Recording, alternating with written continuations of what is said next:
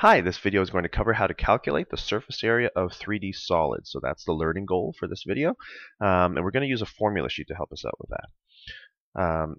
The surface area is basically just the area around the outside of a three-dimensional shape, like this soccer ball here. So all the space that the patterns here cover, that's what we call the surface area. Now we don't care about the space inside this figure. That is the volume. So we're only looking at the outside.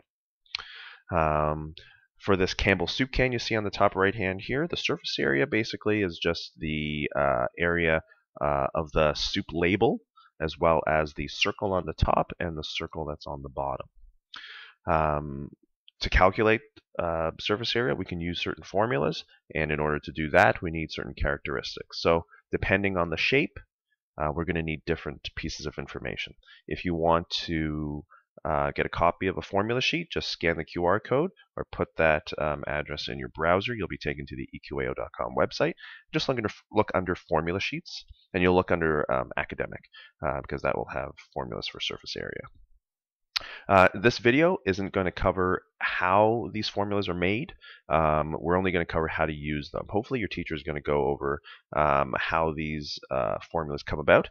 That way you get a greater understanding of what we're talking about in terms of surface area. Okay, so here we have a square-based pyramid. We're asked to calculate the surface area. So I look on the formula sheet and I see that the area is 2bs plus b squared. Now b, according to the formula sheet, hopefully you have a copy of it, is just the length of the base on the pyramid, and s is the slant height, and the slant height here is from the edge of the square base to the apex here, the peak. So s here is actually 26. I'm not interested in the real height of the pyramid, which is 24 here. So that's just a distractor. Okay, so these are the values that we care about to find the area, the surface area. So we've got a 2 here. B is again the base, which is 20, and S is the slant height, which is 26, and then plus B squared. So again, B is 20, so we're going to replace B with 20, and then we're going to square it. All right, so I see that I have to multiply. I have a square here, and then afterwards I add. So we have to go through order of operations. So let's just deal with that. Sorry, I was practicing before. This is 2 times 20 times 26, and what do you know? It's 1040. Big surprise. Okay, so we got 1040 here, and plus 20 squared is 400. And then when we add that together, we get 1,440. And this is centimeters squared, because now we're dealing with area, a two-dimensional measurement.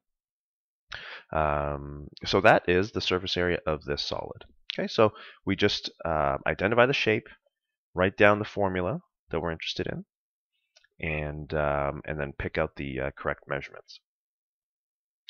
All right. Let's take a look at another example here. Let's read it. A model tent in the shape of a cone, as shown below, is on the ground and needs to be painted.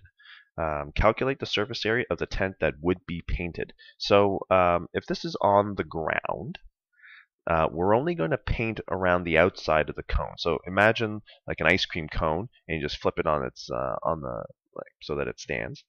We're only going to paint around the outside. We're not going to paint the bottom.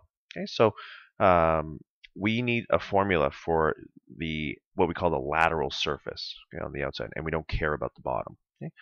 On your formula sheet, you'll notice that there is a formula for the lateral side. The area is pi rs, and again, we're only dealing with the lateral surface here. A lateral surface only, okay? Because we're not painting the bottom. You'll notice on your formula sheet, a total area would be pi rs plus pi r squared, right? Plus pi r squared. But we're not dealing with that. Okay, that includes the circle on the bottom. So we're just ignoring that. So all we need to do is find out what r is and find out what s is. So pi is just pi. Right? R is the radius, which is 25. And S, again, is the slant height here. But I don't have the slant height. So we're going to have to do a side calculation. And I notice that if I have this side, which is 60, I have 25 over here. I'm looking for this. I notice that this is a right triangle. And if I know two sides of a right triangle, I can find the third side using the Pythagorean theorem. So let's look for S here very quickly. Okay? Now this is the hypotenuse. Right? I can write an arrow from the right angle, and it points to the hypotenuse. So I know that I have to use the relationship c squared is equal to a squared plus b squared. A and b are just the two legs, so it doesn't matter which one is which. I can write here 25 squared plus 60 squared.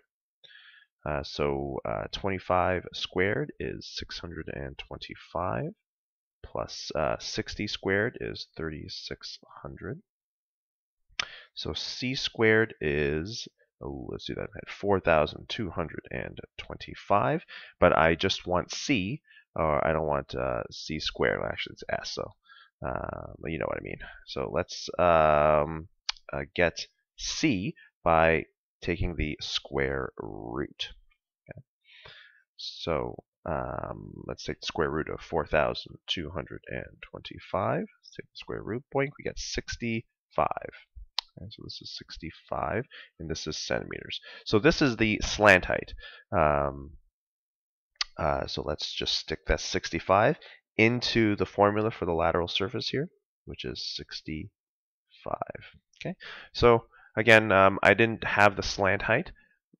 But from the diagram, I can tell I have a right triangle, so I could solve for that missing measurement. All right. Now this is just straight up multiplication. So pi, where's pi?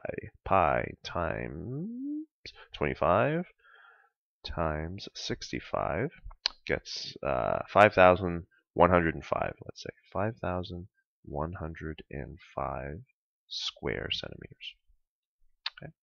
So this was a little tricky. We didn't have all the measurements, but again, that's where the Pythagorean theorem comes in real handy.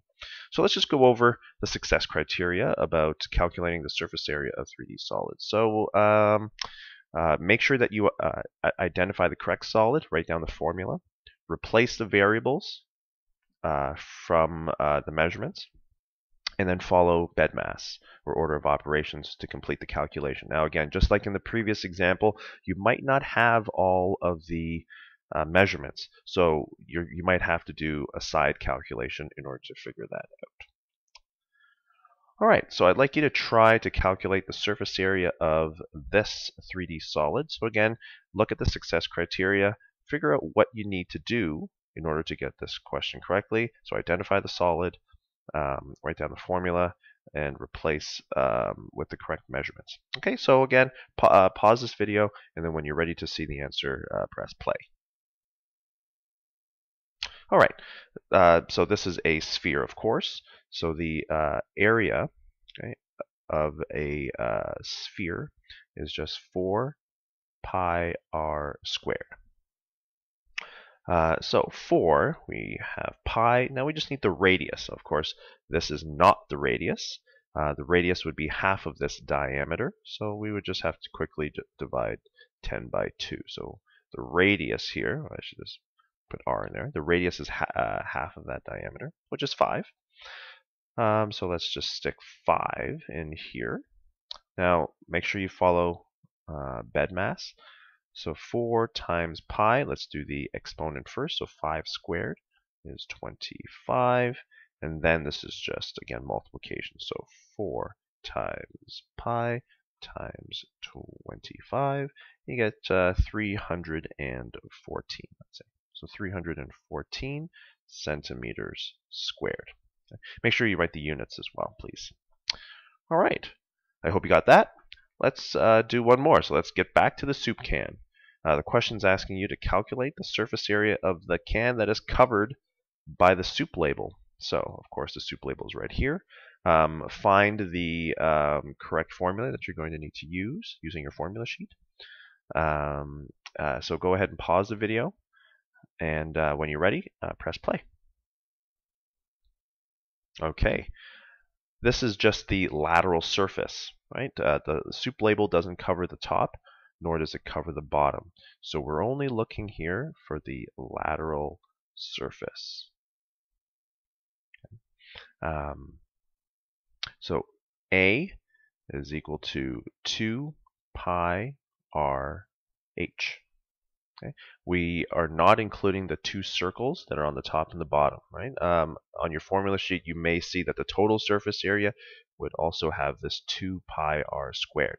Now, the 2 pi r squared just means two circles, which are on the top and the bottom, but we are not interested in those because they're not part of the label. So it's just this, right? So let's calculate the area. So that's 2 pi. Now, the radius r, again, this is giving you the diameter. So again, don't let that trick fool you. The radius here is 5 centimeters. So let's replace r with 5. And the height here is 12.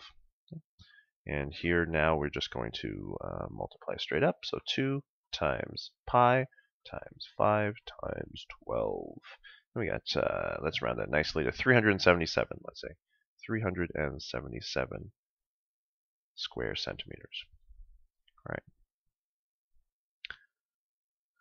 All right, so to sum things up, the surface area of 3D objects can be calculated by using an appropriate formula. So don't always just look at the total surface area, because you might be asked to only look at part of the surface area. Right? Substitute the correct variables with the measurements, and then simplify using order of operations. So again, on the bottom, you might be asked to exclude certain sections of the surface. So like on the can of soup, we didn't have to cover the area of the top and the bottom. Okay? So adjust your calculations accordingly. So understanding what sections of the solid you are asked to find is very important. Okay, so hopefully this video has made things clear about calculating the area or the surface area of 3D solids. Best of luck.